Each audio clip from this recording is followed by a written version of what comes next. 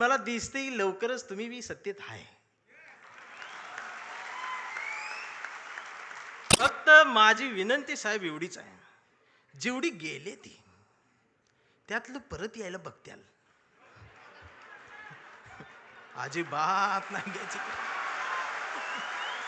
तिनं अशील फुकणी याला फेकून मारले, याचा गुडगा फुटला आणि मग ही लंगडत लंगडत ती गॅसची टाकी घेऊन चौकात आला. तर ते खरंच म्हणत होते बुद्धाची गरज आहे. मग मी डोकसं खाजवत म्हटलं, ह्यांच्या बी घरातला गॅस संपलेला आहे म्हणलं. दररोज उद्घाटन करतात, दररोज सत्कार करतात, पण घरी गेल्यावर दार लावून रडतात. हे मग तर मलाच माहित आहे, दार लावून साहेबांचं नाव घेऊन रडतात.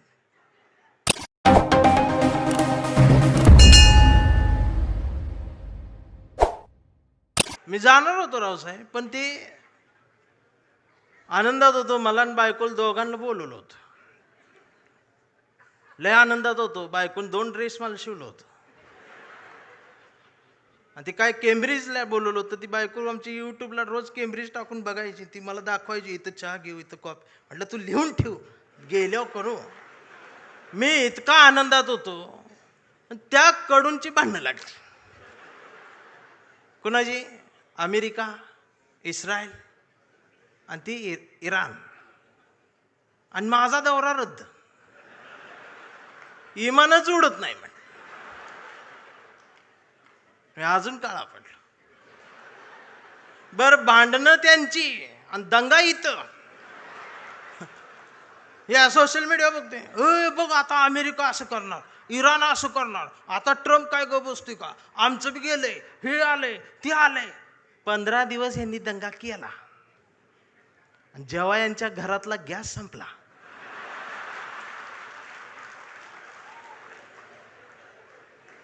त्यावेळेला बीकॉम झालेली बायको पहिल्यांदाच चुलीजवळ आली. तिला काय चूल पेटना, मैंने युट्यूबवर चूल बघितली. त्या युट्यूबवर याला फुकणी गावली, मग ह्यानं तिला फुकणी दिली. म्हटलं फुकाय, तर ती डोळ्यातनं बघायला लागली.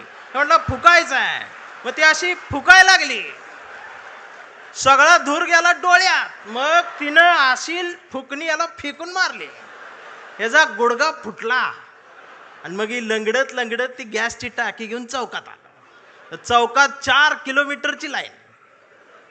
मग दिवसभर उन्हात थांबलं, फुटाफुटान पुढं सरकत गेलं. संध्याकाळी 5 वाजता याचा नंबर आला आणि ती पुढं नंबर आल्यावर संध्याकाळी ती काउंटरवरची मुलगी म्हटली, DAC नंबर असेल तरच या, 45 दिवसानंतर बुकिंग होईल, 60 दिवसांनी मिळेल.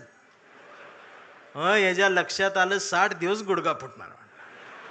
त्यानं असं डोळं झाकलं, गार वाऱ्याची झुळूक आली. मग यो म्हटला, जगाला युद्धाची नाही, बुद्धाची गरज. कधी चुलीत लाकडं गेल्या. अहो, आमचं उपमुख्यमंत्री शिंदे साहेब सुद्धा टीव्हीवर पहिल्यांदाच नाव घेतलं, कधीच नाव घेतलं नव्हतं बुद्धाचं. ते सुद्धा पत्रकार परिषदेत म्हटले, जगाला युद्धाची नाही, बुद्धाची. बायकोन मला बघितलं, म्हणलं लोक काय म्हणतात. मी बघितलं तर ते खरंच म्हणत होते बुद्धाची गरज आहे. मग मी डोकसं खाजवत म्हटलं, ह्यांच्या बी घरातला गॅस संपलेला आहे म्हणलं.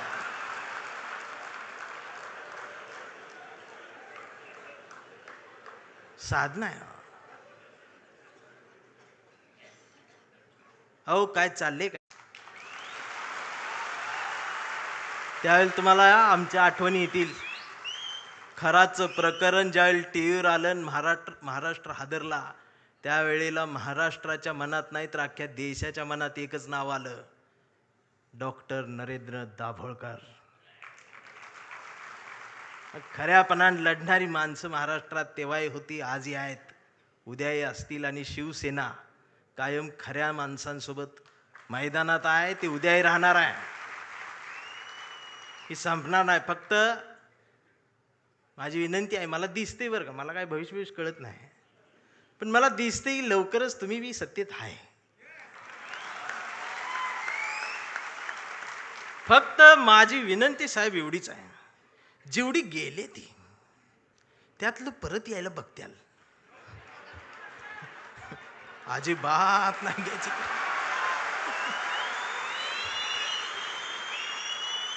पाया पडतेली येऊन. त्यांचं दुःख आहे हो, त्यांना तुम्ही शिव्या देऊ नका, मला माहित आहे. दररोज उद्घाटन करतात, दररोज सत्कार करतात, पण घरी गेल्यावर दार लावून रडतात. हे मग तर मलाच माहित आहे. दार लावून साहेबांचं नाव घेऊन रडतात. मी म्हणते त्यांना, मी येऊ खांदा द्यायला नको म्हणते. मी काय भीत नाही, सत्तेला भीत नाही, पण मी एवढा आहे, मी माझी कविता घेऊन आलोय. पाखरांच्या चोची मधला घास व्हावी कविता, पहिला आणि शेवटचा श्वास व्हावी कविता, कोसळावेत थेंब भुईत मातीचा वास व्हावी कविता, उगवावा पिंपळ एक प्रवास व्हावी कविता, त्याच पिंपळाच्या सावलीला मानवतेचे गीत गाणारी बुद्ध व्हावी कविता, मी करावे पाखरांच्या हवाली तिला मग शुद्ध व्हावी कविता, हिंदूंच्या कंठामध्ये सलाम अलिकम सलाम व्हावी कविता, मुस्लिमांच्या भाळावरचा नाम व्हावी कविता, मंदिर मस्जिद बांधणाऱ्यांच्या कपाळाचा घाम व्हावी कविता, इंद्रायणीत तरलेला तुकाराम व्हावी कविता, आणि या देशाच्या मातीत विज्ञान पेरणारी अब्दुल कलाम ही व्हावी कविता. ही कविता प्रबोधनकार ठाकरेंच्या विचारांच्या वारसदारांकडूनच येऊ शकते. आमच्या लक्षात येत नाही. आम्ही कुणाजवळ जाऊन बसावं आणि कुठून उठून जावं, ह्याला ज्याला जमलं त्यालाच आयुष्य कळलं. जाणारच आहे ना एकदा तरी. काय राहणार आहे तुमचं? अख्ख्या महाराष्ट्राच्या मनावर राज्य करणारा, हृदयाच्या कप्प्यात बंद झालेला आमचा अजितदादा सारखा नेता अचानक गेलाच ना. काय नेलं सोबत? आणि दादा गेल्या दिवशी दुसऱ्या दिवशी कुटुंब शपथा घेत होतं पण मंत्रीपदाच्या. हा विनोद नाही, हा विनोद नाही, ही वेदना आहे, पर्याय नाही. काय राहते आमचं?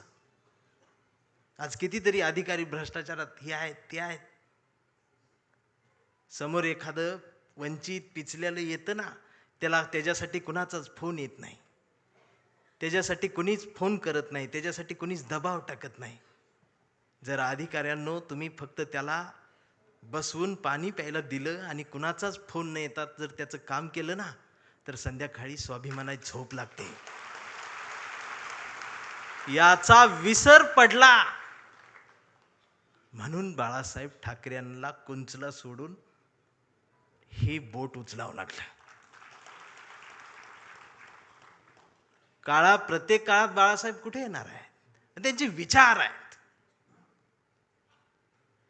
आम्हाला ते घ्यायचं आहे.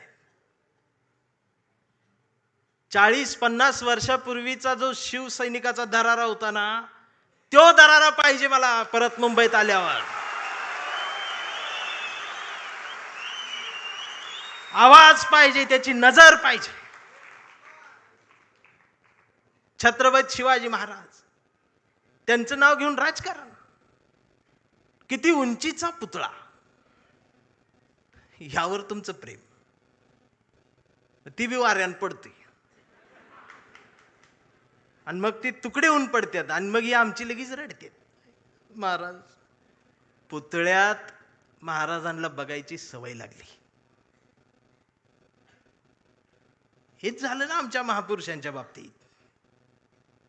अगदी 4-5 वर्षाસુધી महाराष्ट्रात सकाळ आली, शुभ शिव सकाळ, भगवा झेंडा आला असा.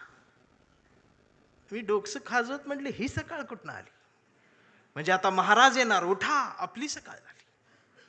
मी कुणाला तरी चिडवण्यासाठी होती. मग दुसऱ्यानं बघितलं, ते म्हटलं त्यांची झाली, आपली कधी? हे म्हटलं कर आपली. मग निळा झेंडा, शिव भीम सकाळ, 11 वाजता. शिव सकाळ, भीम सकाळ, शिव सकाळ, भीम सकाळ. मग तिसरा एक जागा झाला, म्हटलं आमची घ्या, पिवळा झेंडा, शुभ लहू सकाळ. या सकाळ आल्या कारण महापुरुषांच्या पुतळ्याजवळ बेंडरांची गर्दी वाढली. ही पुतळ्याजवळ वाढलेली मेंढरांची गर्दी जोपर्यंत पुस्तकांजवळ विचारांजवळ येणार नाही तोपर्यंत ह्यांना काय कळणार आहे. रात्रीचे 1:30 वाजता आमदार शिव्या देते फोन करून त्या प्रकाशकाला.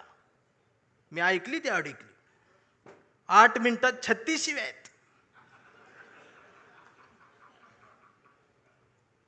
स्ट्राईक रेट काढला तर 400चा आहे ते.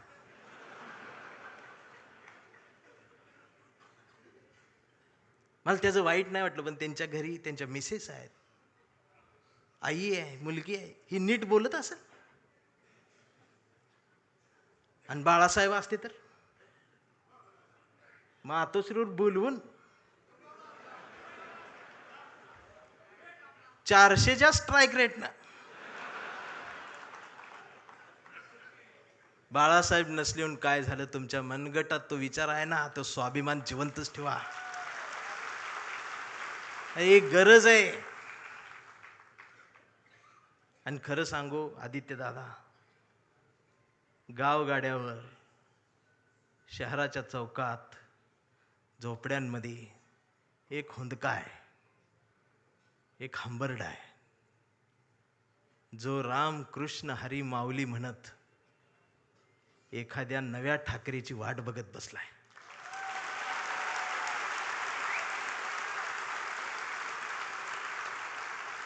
आणि ती पोकळी भरून काढण्याचं काम, भरीव काम आता तुम्ही करायला सुरुवात करावी.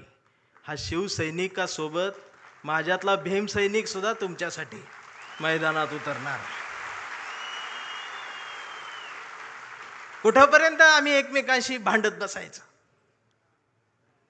जर शिवाजीनगरमधून समतेचा आणि मैत्रीचा हात, जर माझ्यासाठी दोस्तीचा हात येत असेल, तर आंबेडकर नगरमधून माझा सुद्धा हात मैत्रीचा तुमच्यासाठी पुढे यायला पाहिजे. आणि हा देश संविधानाचा आहे ना, मी हिरव्यांचा आहे, निळ्याचा आहे, ना मी भगव्याचा आहे. मी भगव्याचा आहे. कुठल्या भगव्याचा? मी वारकऱ्यांच्या भगव्याचा आहे. मी बाळासाहेबांनी शिवसैनिकांच्या हातात जो भगवा दिलाय, मी त्या भगव्याचा आहे. मी तो भगवा घेऊन आलोय, पण त्याच्या सोबत मी या देशाचा तिरंगा सुद्धा आज घेऊन आलोय. आणि मला काय करायचं ते करा. या देशाच्या संविधानाला तिरंग्याला जरी साधं नख लागायचा प्रयत्न जर कोणी केला, तर माझा ह्यो काळा रंग तुमच्यात मिसळून जाईल. आता ही भाषाच कळत नाही यांना, वैचारिकपणच राहिलं नाही. राऊत साहेब लगेच मारतात, अंगावरच येते, शाईच टाकायला येते शाई. परवा एका कार्यक्रम सुरू करायच्या आधी ती DYSP माझ्याकडे आले, म्हटले भाषण करू नका. म्हटलं काय झालं? काही संघटना तुमच्यावर शाई टाकायला. मी म्हटलं मी लय लांब आलोय, करू दे. तर बाजूला ते कॉन्स्टेबल बघत होत माझ्यावर, ते हसायला लागलं मला बघून. म्हटलं काय झालं, का हसताय? तर म्हटले तुमचं तोंड काळ करणार आहे. मी म्हटलं साहेब बोलू दे 2 मिनिटं. तर ते म्हटले तुमच्या रिस्कवर बोलणार का? मी म्हटलं अहो आम्ही जन्माला येतानाच आमच्या रिस्कवर आलो.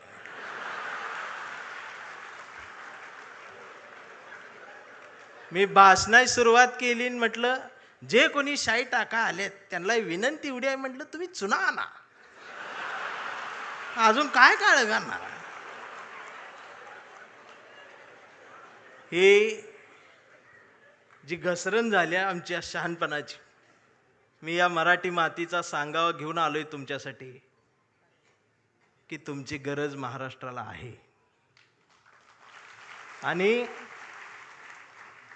महाराष्ट्र फक्त तुमचा आहे. मी आता जास्त वेळ घेणार नाही, कारण आता डरकाळ्या ऐकायच्या आहेत. मी कविता घेऊन थांबणार आहे. ज्या कवितेसाठी मला साहेबांनी बोलवले, त्या कवितेत तुडवा ऑपरेशन आहे. कविता आहे कांबळे. आता हा कांबळे कुठल्या एका जातीचा नाही, हा कांबळे भारतीय आहे, हा कांबळे मराठी आहे, हा कांबळे अस्मिता आहे, हा कांबळे स्वाभिमान आहे, हा कांबळे काय काय त्रास होत जातो त्याची कविता आहे. हा कांबळे शेंडीतून जानव्यातून मुक्त येऊन प्रबोधनकारांच्या जवळ आलेला आहे, फुलेशाह आंबेडकरांच्या जवळ आला, असा हा स्वाभिमानी आहे की आमचा कांबळे लय हुशार, हे कधीच नाही रडला, नुसताच कांडला करून. कांबळे शाळेत गेला, मास्तरनं फळ्यावर सरस्वती काढली. कांबळे शाळेत गेला, मास्तरनं फळ्यावर सरस्वती काढली, पण कांबळेनं पाटीवर सावित्री काढली. मग मास्तरनं चिडून कांबळेला असा तुडवला, असा तुडवला, असा तुडवला, पण कांबळे नाही रडला, नुसताच कांडला करून. कांबळे वयात आला, विशीत आला, मिशीत आला, कांबळे गुलाबी झाला आणि तिच्या प्रेमात पडला. मग तिनं विचारली त्याची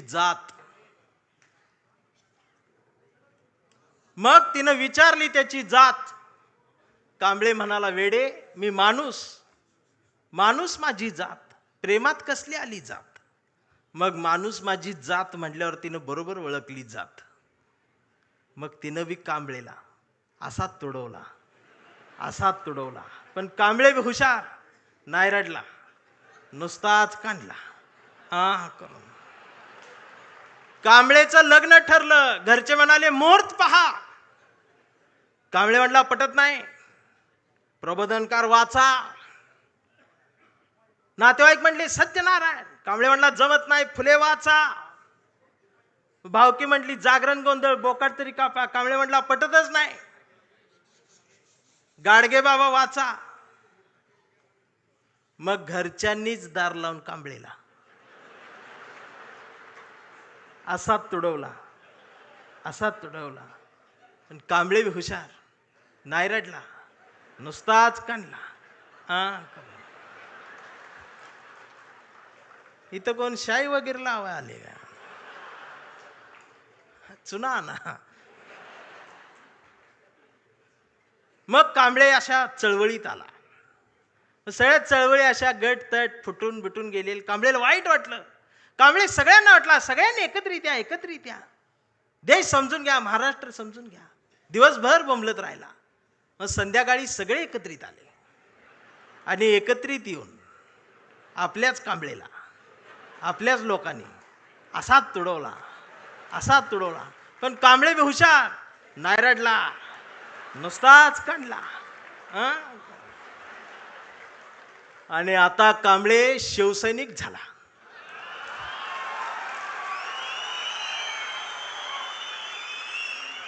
आता कांबळे शिवसैनिक झाला, शहाणा झाला, आमदार झाला, खासदार झाला, मंत्री झाला. मग त्याला फोडायसाठी सापळा रचला. त्याला बोलवून बोलवून घेतलं, कांबळे नाही गेला. तो ऐकत नाही म्हणून त्याला मग जेलमध्ये टाकला.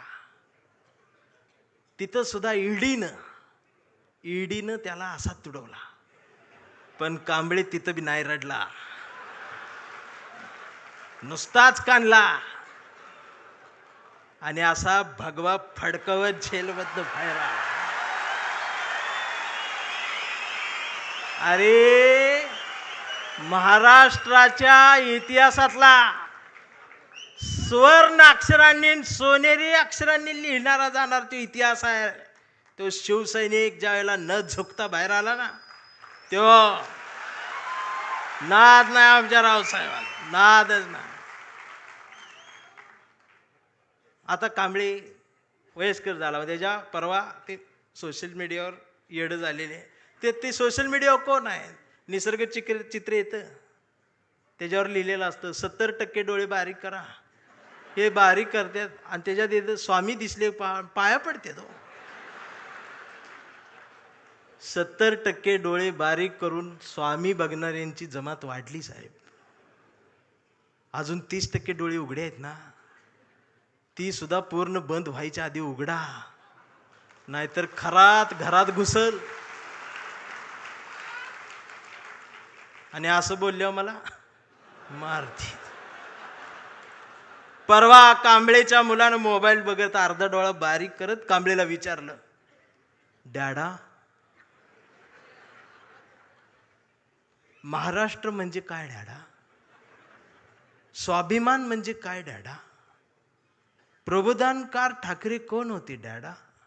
फुले शाहू आंबेडकर कोण डॅडा? आणि शिवाजी महाराज खरंच जन्माला आले होते डॅडा? आता मात्र कांबळे पेटला. अरार म्हटलं, गावभर पेरलं आणि घरातच नाही उगवलं. म्हणून त्यानं दार लावून पोरालाच असा तुडवला. पण चिरंजीव कांबळे हुशार, तो पण नाही रडला. तो दोनदा काढला करून. मग याच्या लक्षात आलं डीएनए मधनं ही डबल जात. विचार ही स्वाभिमानातनच द्यायला लागत असतात. आणि आता कांबळे वेडा झालाय. कांबळे वेड्यांच्या दवाखान्यात आहे. व्यवस्थेने त्याला वेडा ठरवलंय. कांबळे वेड्यासारखं स्वाभिमान म्हणतो, कांबळे वेड्यासारखं निष्ठा म्हणतो, कांबळे वेड्यासारखं संघटन म्हणतो, कांबळे वेड्यासारखं मराठी म्हणतो, कांबळे वेड्यासारखं भारत म्हणतो, कांबळे वेड्यासारखं शिवराय ते भीमराय सांगतो. पण डॉक्टर सुद्धा कांबळेला शॉक देऊन तुडवतायत. पण कांबळे नाही रडत. तो नुसताच कंथी करून. हा कांबळे जोपर्यंत जिवंत आहे तोपर्यंत शिवसेना जिवंत राहणार आहे. हा कांबळे जोपर्यंत जिवंत आहे तोपर्यंत बाळासाहेब ठाकरे, फुले शाहू आंबेडकरी, मराठी माती, मराठी माणूस जिवंत राहणार आहे. हे एवढाच सांगावं घेऊन आलो होतो. जागर राहावा, दिवसा बी जागर राहावा, रात्री बी जागर राहावा. आणि पुन्हा तो दरारा मला पाहिजे. आणि आदित्य दादा, माझ्या कवठीमंकाळच्या मातीचं तुम्हाला सांगणं आहे की आता तुम्ही या मैदानात, म्हणजे तुम्ही तसं मैदानात आहेच, या माय मराठी मातीत ब्रँड म्हटलं जातं ना, ब्रँड, त्या ब्रँडला म्हणते शिवसैनिक, ओरिजिनल शिवसैनिक.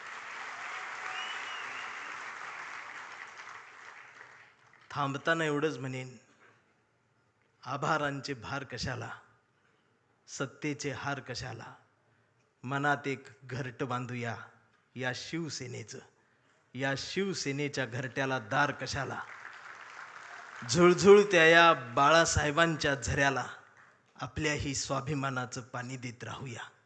मिनमिनत्या या मासाहेबांच्या हृदयाच्या दिव्याला आपल्याही जगण्याचा उजेड देत राहूया. आणि जोपर्यंत ठाकरे घराणं आमच्या मनाला साथ घालत राहील त्याला आयुष्यभर असाच प्रतिसाद देत राहूया. मी राऊत साहेबांच्या स्वाभिमानाला वंदन करतो. तुमच्या सर्व शिवसैनिकांना मनापासून जय महाराष्ट्र करतो. थांबताना हुंदका दाटून येतोय. एवढ्या मोठ्या स्टेजवर, एवढ्या मोठ्या प्रबोधन पीठावर मला उभं करण्याची संधी तुम्ही दिलीत. मी आभारी आहे. धन्यवाद.